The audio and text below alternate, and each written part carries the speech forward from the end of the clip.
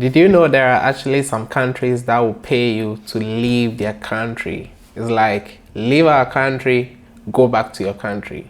Now, in today's video, I'm going to share 5 European countries that will actually pay you or give you money to say goodbye, go back to your country. Now, this thing has been there. It's not like something new, but the fact is, it was almost like a repatriation fee. It's something the government will give it to you. It's like, okay, take this small amount of money for your other expenses like transportation and stuff like that.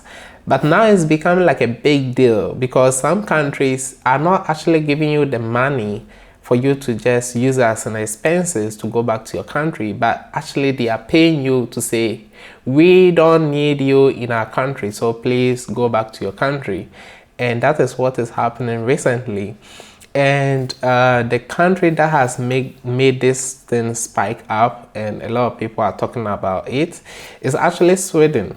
The Swedish government made a proposal previous years that if you are a foreigner living in Sweden, you can actually come for some amount of money and you can go back to your country. So the amount of money they were offering previously was really not that much, and it was reported that even last year, that was 2023, only one person actually went for this money, and it was less than $1,000, right? I'm using dollars to make things simpler, right? So as they sat down, they realized that nobody was coming for this, and so it was not working. This policy wasn't actually working. So the idea was to increase this amount even like 1,000-folds, so that it will entice a lot of people, a lot of immigrants to come for this money. And now the government has proposed $34,000 for anybody living in Sweden to come for this money and go back to their country. Now the question is, will you take, if you, in case you were in Sweden, will you take this money and go back? Do you think it's a good money, or do you think it's not gonna help anybody? Now, before they came out and even announced this proposal, the government had already told policy analysts to do investigation or research into this policy to see whether it's something that is reasonable to do or not. Now, the policy analysts, they came out with these results, and they said that no, the government should not actually propose or announce anything like that. Why? First of all, they say that if they do that, a lot of immigrants will probably not go, and if they don't go, the next thing they are going to think is that, okay, these people, they don't want us in their country, and it might even exacerbate a lot of issues or bring out a lot of problems. And the policy analyst said, no, it doesn't look good even to the entire world that Sweden doesn't want any immigrants in their country. They don't want immigrants or foreigners in their country. It doesn't sound, or it doesn't really speak good of Sweden. But the government was actually not buying into this idea. They didn't really agree to what the results the policy analysts came out with, and instead, within some few days, they announced this amount of money that they are offering, $34,000 to immigrants to actually leave Sweden and go back to their countries. Now, one proposal that the policy analysts actually said that they said the government could use this money to train these immigrants, maybe some skills, some IT, you know, there are a lot of things the government could use this money for. Even to learn the Swedish language, they can use that money to help these people to learn the language. But I think some people, some political parties or citizens are rather putting much pressure on the government to make some fast policies regarding immigration,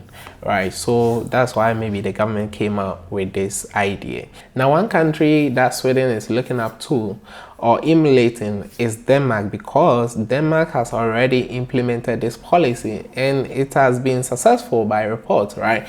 And Denmark is giving every immigrant $15,000 to return to their countries. And so I think with this going on, a lot of countries will start coming in. Now there are other countries that are also offering this kind of monies, but it's not actually something that is to entice a lot of immigrants to leave the country, right? It's something that, like I explained earlier, is to help you to resettle back to your country. So it's not anything huge. But from the look of things, if Sweden is successful with this policy, I'm very sure that the rest of these European countries are also going to follow, and they will rather maybe put some money, some huge figures over there for people to actually come for this money and go back to their countries, right? So in France, the government is giving $2,800 for immigrants to go back to their countries. In Germany, the government is offering $2,000, and in Norway, the government is giving $1,400 for any immigrant to go back to their countries. Like I said, these monies are not something that will entice immigrants, but they are just programs.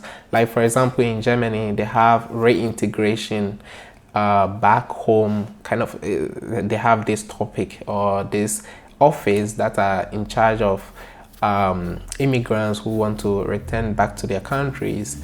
They have this kind of support systems, they call it reintegration programs.